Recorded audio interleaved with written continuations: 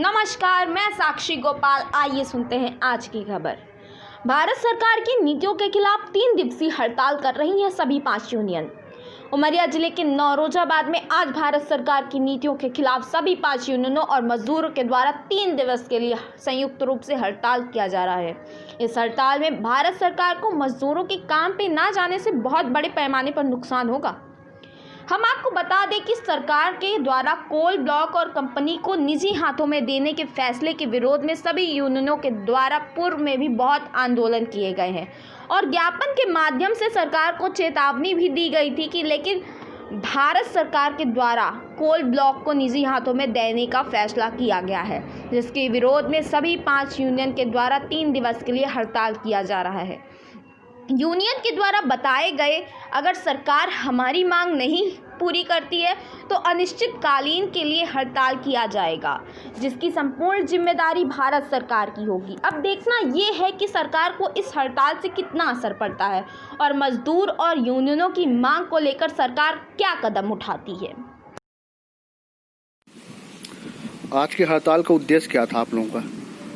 Commercial mining जो माननीय मोदी जी कर रहे हैं उसके खिलाफ हड़ताल था, क्योंकि कम प्राइवेट को ब्लॉक दे रहे हैं और जो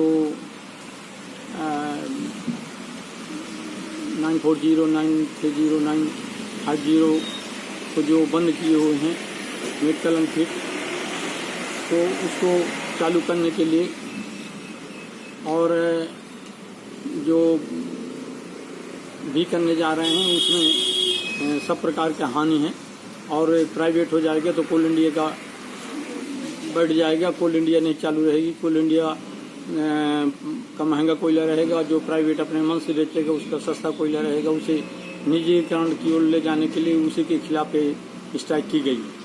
अगर सरकार आप लोगों की मांग नहीं मांगती है तो क्या आगे भी हड़ताल करेंगे? आगे राष्ट्रीय व्यापी हड़ताल होगा, राष्ट्रव्यापी होगा और 7 दिन हो सकता है। ऊपर वाले JVCCI मेंबर सभी यूनियनों के 7 दिन का निर्णय ले सकते हैं, अनिश्चितकाल निर्णय ले सकते हैं, जिसके चलते आगे की कार्रवाई की जाएगी।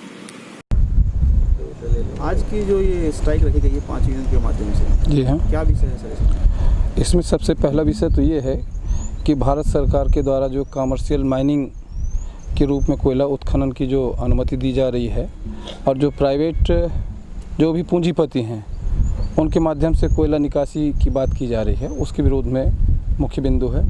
इसके साथ ही साथ 3-4 और मुख्य मुद्दे हैं, जिसमें श्रम कानूनों का संशोधन, फिर 930, 940, 950, जिसके तहत हमारे कर्मचारी यदि काल कवलित हो जाते हैं तो उनके आश्रितों को नौकरी, साथ ही साथ मेडिकल अनफिट के बाद उनके आश्रितों को नौकरी, और जो लैंड लूजर हैं उनके बदले में मुआवजे के रूप में नौकरी जो मिलने वाली है उसको ये सरकार बंद करने जा रही है। पहला मौका है जब 5 यूनियन एक साथ एक स्वर में खड़ी हुई है। जी हाँ। सरकार अगर फिर भी अगर मांग आपकी अगर नहीं मानती है तो क्या करेंगे?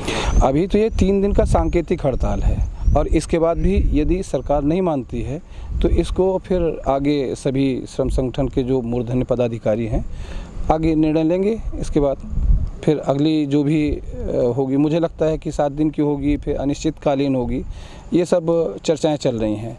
जिला क्षेत्र में इस 3 दिन की हड़ताल में कितना आर्थिक नुकसान होगा प्रबंधन को? ये तो आज की डेट में जो कल का प्रोडक्शन हमारा वो 4400 टन का प्रोडक्शन है।